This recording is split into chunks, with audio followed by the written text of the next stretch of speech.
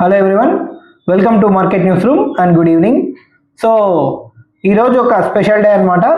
వందే మాతరంకు 150 years. So దాన్ని రాసింది మనకు బంకిం చంద్ర చటర్జీ అనమాట. ఆయన్ని తలుచుకుంటూ ఈరోజు మార్కెట్ అనాలిసిస్ని స్టార్ట్ చేద్దాం. సో ఈరోజు చూడండి, నిఫ్టీ 25,492 దగ్గర క్లోజ్ అయింది. నిజానికి మాట్లాడుకుంటే మనకు 25,350 ఆ లెవెల్ వరకు వెళ్ళిపోయింది. 350 340 లెవెల్ వరకు వెళ్ళిపోయింది అనమాట. సో చాలా హ్యూజ్ కరెక్షన్ అనే మనం చెప్పుకోవాలి. అక్కడి నుంచి 200 పాయింట్స్ కరెక్షన్, అక్కడి నుంచి అగైన్ 200 పాయింట్స్ రికవరీ అనమాట. సో మార్కెట్ చూడండి, ఓవరాల్ గా మన మార్కెట్ అయితే కనీసం రికవర్ అయింది. చాలా చోట్ల మనకు గ్లోబల్ మార్కెట్స్ ఏవైతే ఉన్నాయో చాలా చోట్ల మనకు ఇంకా రికవరీ అనేది కూడా లేదనమాట. సో బాగా ఫాలో అయ్యాయని మనం చెప్పుకోవాలి. నిన్న యుఎస్ మార్కెట్స్ కూడా ఫాలో అయ్యాయి. అండ్ ఈ రోజు కూడా యూఎస్ ఫ్యూచర్స్ ప్రస్తుతానికి అయితే నెగిటివ్ గానే ఉన్నాయి. ఈ పార్టీకి స్టార్ట్ అయిందని అనుకుంటున్నాను. నేను వీడియో చేసే టైంకు చూడలేదన్నమాట కంప్లీట్. సో ఓవరాల్ గా ఫ్యూచర్స్ అయితే నెగిటివ్ గానే ఉన్నాయన్నమాట. సో మనకు చూడండి, ఓవరాల్ గా గ్లోబల్ గా కూడా కొంచెం ఏఐ టెక్ స్టాక్స్ వీటిలో వచ్చే సెల్ ఆఫ్ వల్ల ఓవరాల్ గా నెగిటివ్ సైడ్ వస్తుంది అనమాట. దానికి రీజన్స్ ఏంటి అనేది కూడా మనం 1 by 1 మాట్లాడుకుందాము. సో ఓవరాల్ గా ఈరోజు మార్కెట్ చూసుకుంటే 25,492 దగ్గర క్లోజ్ అయ్యి మనకు 25,500 బిలో క్లోజ్ అయింది అనమాట. బట్ మార్జినల్ అని మనం చెప్పుకోవాలి, ఎందుకంటే జస్ట్ 10-20 పాయింట్స్ అటు ఇటు ఈజ్ ఫైన్ అనమాట ఓవరాల్ గా. సో 25,492.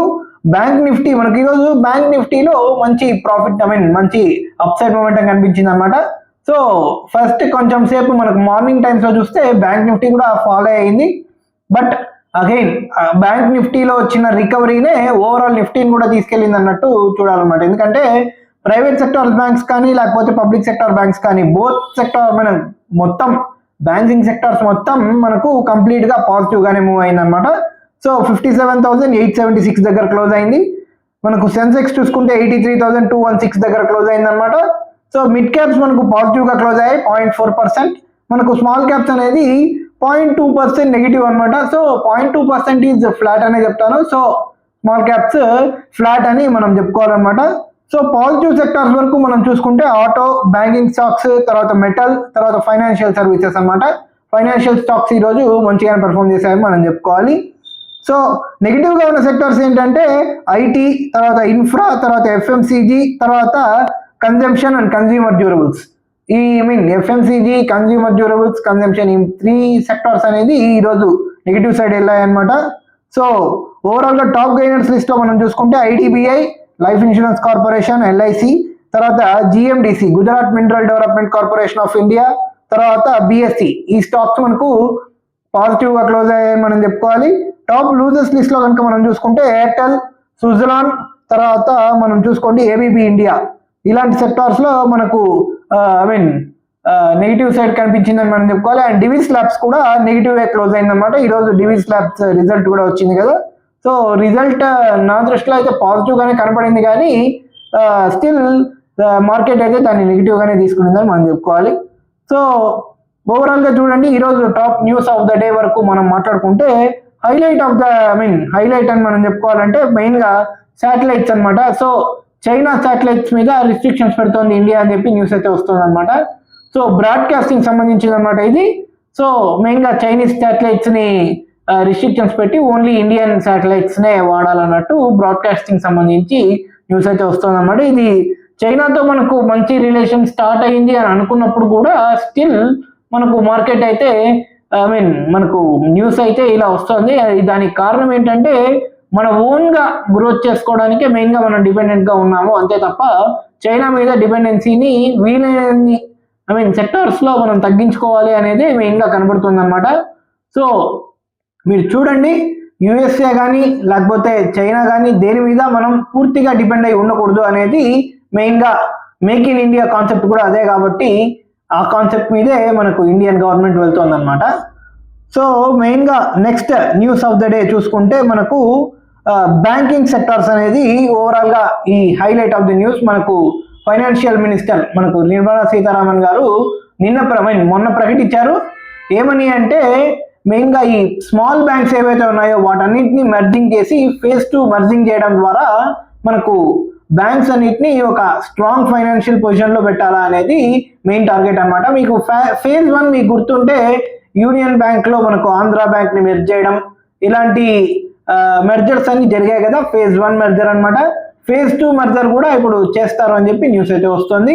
అందులో మెయిన్ గా హైలైట్ గా ఉన్న స్టాక్స్ ఏంటంటే బ్యాంక్ ఆఫ్ మహారాష్ట్ర, ఈ బ్యాంక్ ఆఫ్ బరోడా, తర్వాత వీటన్నిటిని దేంట్లో మెర్జ్ చేస్తారు, ఏ బ్యాంక్ ని ఏ బ్యాంక్ లో మెర్జ్ చేస్తారు అనేది మెయిన్ గా అబ్జర్వ్ చేయమని అయితే నేను చెప్తాను అనమాట.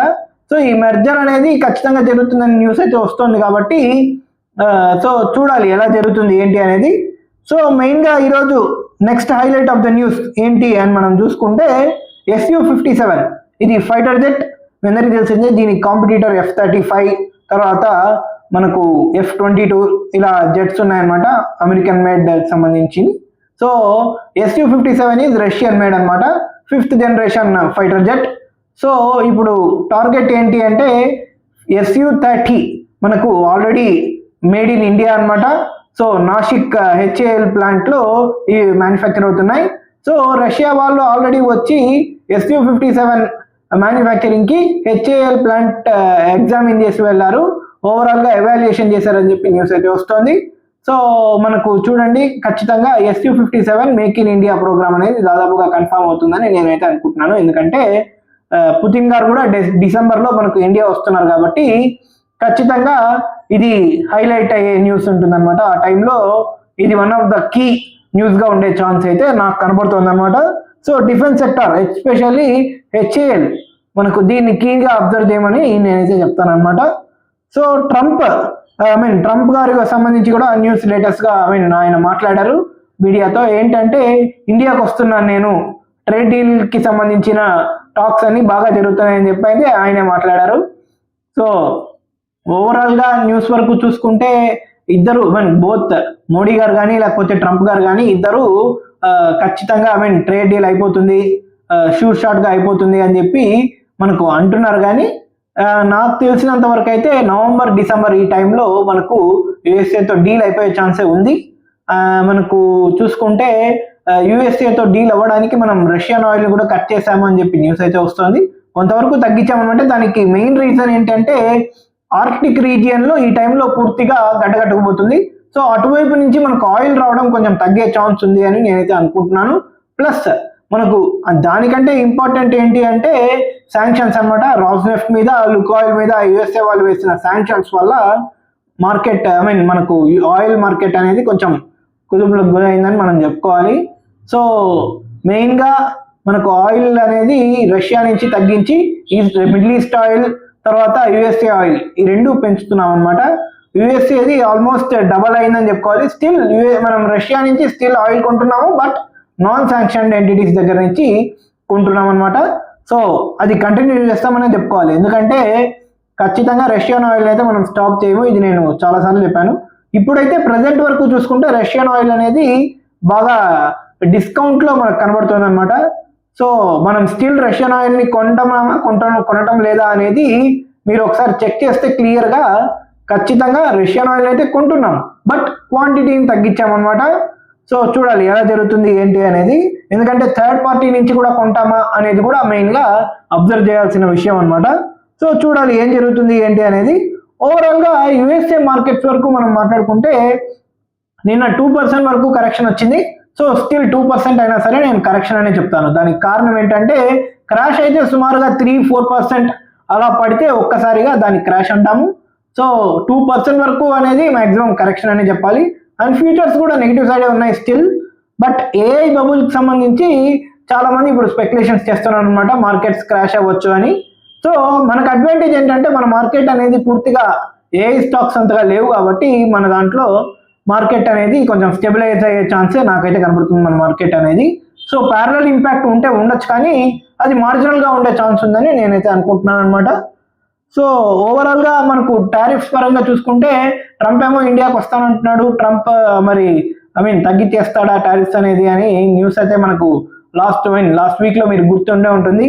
మనకు దాదాపు 50% నుంచి ఒక్కసారిగా 16% కి తగ్గించేస్తాడు టారిఫ్ అనేది కూడా న్యూస్ అయితే వచ్చింది. ఆ టైంలో మనకు మంచి ర్యాలీ కూడా వచ్చింది మీకు గుర్తుంటే. సో ఆ ర్యాలీ ఫిజిలేట్ అయ్యి ఇప్పుడు 25,500 దగ్గర ఉంది. సో మనం చూసుకోండి ఓవరాల్ గా ఇప్పుడు ట్రంప్ ఒకవేళ ఇండియాకి వచ్చి మనకు డీల్ సెట్ అవ్వడం కానీ అలా జరిగితే టారిఫ్స్ తగ్గే ఛాన్స్ ఉంటుంది. అండ్ మోర్ ఇంపార్టెంట్లీ మనకు ఒక్కటే కాదనమాట, ఇండియా ఒక్కటే కాదు, ట్రంప్ యుఎస్ఏ హైకోర్ట్ సుప్రీం కోర్టులోనే మెయిన్ గా మనకు ఎదురు దెబ్బ తగిలే ఛాన్స్ ఉంది అన్నట్టు కనబడుతుంది అనమాట. దానికి కారణం ఏంటంటే యుఎస్ సుప్రీం కోర్టు కూడా ట్రంప్ ఓవర్ బోర్డ్ గా వెళ్ళాడు అని చెప్పి టారిఫ్స్ విషయంలో అని చెప్పి కామెంట్స్ అయితే చేసింది. అండ్ అగైన్ ఇది కామెంట్స్ మాత్రమే, ఇది జడ్జిమెంట్ కాదు. జడ్జిమెంట్ రావడానికి 1-2 months పట్టే ఛాన్స్ ఉంది. ఒకవేళ 2026 దాటిపోతే జడ్జిమెంట్ ఎప్పుడు వస్తుందో కూడా చెప్పలేము అనమాట. ఆ లోపు ట్రంప్ డీల్స్ అన్ని చేసేసుకుంటాడు అనేది కూడా మనం అబ్జర్వ్ చేయాల్సి ఉంటుంది. ఓవరాల్ గా యుఎస్ఏ వరకు చూసుకుంటే యుఎస్ఏ జాబ్స్ డేటా కూడా నెగిటివ్ సైడ్ వచ్చిందనమాట. ఎందుకంటే జాబ్స్ సుమారుగా 1.5 lakh జాబ్స్ పోయాయి అని చెప్పి కూడా న్యూస్ అయితే వస్తుంది. దీని ఇంపాక్ట్ ఎలా ఉంటుంది అంటే ఖచ్చితంగా రేట్ కట్ కి ఇది మంచి ఛాన్స్ వచ్చే ఛాన్స్ ఉందన్నమాట. ఎందుకంటే మీరు చూడండి ఆ జాబ్స్ అనేది తక్కువ, జాబ్ డేటా ఇలా నెగిటివ్ గా రావడం అనేది కొంచెం రిస్కీ కాబట్టి రేట్ కట్ వచ్చే ఛాన్స్ ఎక్కువ, పాసిబిలిటీ ఎక్కువగా ఉందని మనం అనుకోవాలన్నమాట. సో రేట్ కట్ వచ్చింది అంటే అగైన్ యుఎస్ఏ మార్కెట్స్ కొంచెం స్టెబిలైజ్ అయ్యే ఛాన్స్ ఉంటుందా, లేకపోతే ఏఐ బబుల్ సంబంధించి బబుల్ నిజంగానే బబుల్లో ఉంది అని అనుకుంటే ఖచ్చితంగా యుఎస్ఏ మార్కెట్ క్రాష్ అవుతుందా ఇక్కడ నుంచి, దాని ఇంపాక్ట్ మనకు గ్లోబల్ మార్కెట్స్, మన ఇండియన్ మార్కెట్స్ మీద కూడా ఎలా ఉంటుంది అనేది చూడాలన్నమాట. డీల్స్ పరంగా చూసుకుంటే ట్రంప్ మనకు ఈ టారిఫ్ ఇంపాక్ట్ అనేది చాలా కంట్రీస్ తో ఆడుతున్నాడు. బట్ డీల్ అనేది మనకు యుఎస్ఏతో ఈ 1-2 months లో జరిగిపోతుందని నేనైతే అనుకుంటున్నాను. అండ్ మనం చూసుకుంటే ఈయూతో కూడా డీల్ అనేది ఖచ్చితంగా అయిపోతుంది, కంప్లీట్ గా డిసెంబర్ టైంకి అయిపోతుందని చెప్పి ఎక్స్పెక్టేషన్స్ అయితే ఉన్నాయన్నమాట. ఓవరాల్ గా చూడండి యుఎస్ఏతో డీల్ అనేది నవంబర్-డిసెంబర్ లో కంప్లీట్ అవుతుంది. ఈయూతో కూడా డీల్ అనేది మనకు నవంబర్-డిసెంబర్ లో కంప్లీట్ అవుతుంది. అండ్ ఈయూకి సంబంధించిన లీడర్స్ కూడా జనవరిలో ఇండియాకి వస్తున్నారని చెప్పి అంటున్నారు. అండ్ రష్యాతో కూడా మనకు మంచి డీల్స్ అవుతున్నాయి అనమాట. ఓన్లీ డిఫెన్స్ అండ్ ఆయిల్ కి సంబంధించిన కాకుండా మిగిలిన ఫర్టిలైజర్స్ కానీ, లెదర్ కానీ, ఇంకా మినరల్స్ కి సంబంధించి కానీ ఇలా రకరకాల విషయాల్లో మనం డీల్స్ అయితే చేసుకుంటున్నాం రష్యాతో. ఓవరాల్ గా పుతిన్ కూడా ఇండియా వస్తున్నారు కాబట్టి మెయిన్ 3 leaders కంటిన్యూగా ఇండియాకి రావడం అనేది ఇది మేజర్ అన్నమాట. ఎందుకంటే యూకి సంబంధించిన లీడర్స్ రావడం కానీ, ట్రంప్ రావడం కానీ, పుతిన్ రావడం కానీ అన్ని కూడా ఈ క్వార్టర్ నవంబర్, డిసెంబర్, జనవరి ఈ 3 months పీరియడ్ లో జరగబోతుంది అనమాట. సో మనకు మార్కెట్ దీని మీద మెయిన్ గా రియాక్ట్ అయ్యే ఛాన్స్ ఎక్కువగా ఉంటుందని నేను అనుకుంటున్నాను అనమాట. సో ఓవరాల్ గా ఇదనమాట మార్కెట్ న్యూస్ ఈ రోజు వరకు. సో వీకెండ్ లో మళ్ళీ న్యూస్ ఏదైనా వస్తుంది మనకు, మార్కెట్ యాజ్ ఇట్ ఈస్ గా మళ్ళీ మండే ఎలా రెస్పాండ్ అవుతుంది. సో మండే మళ్ళీ మార్కెట్ అనాలిసిస్ వీడియోలో మళ్ళీ కలుద్దాం. Until then take care, bye bye and good night.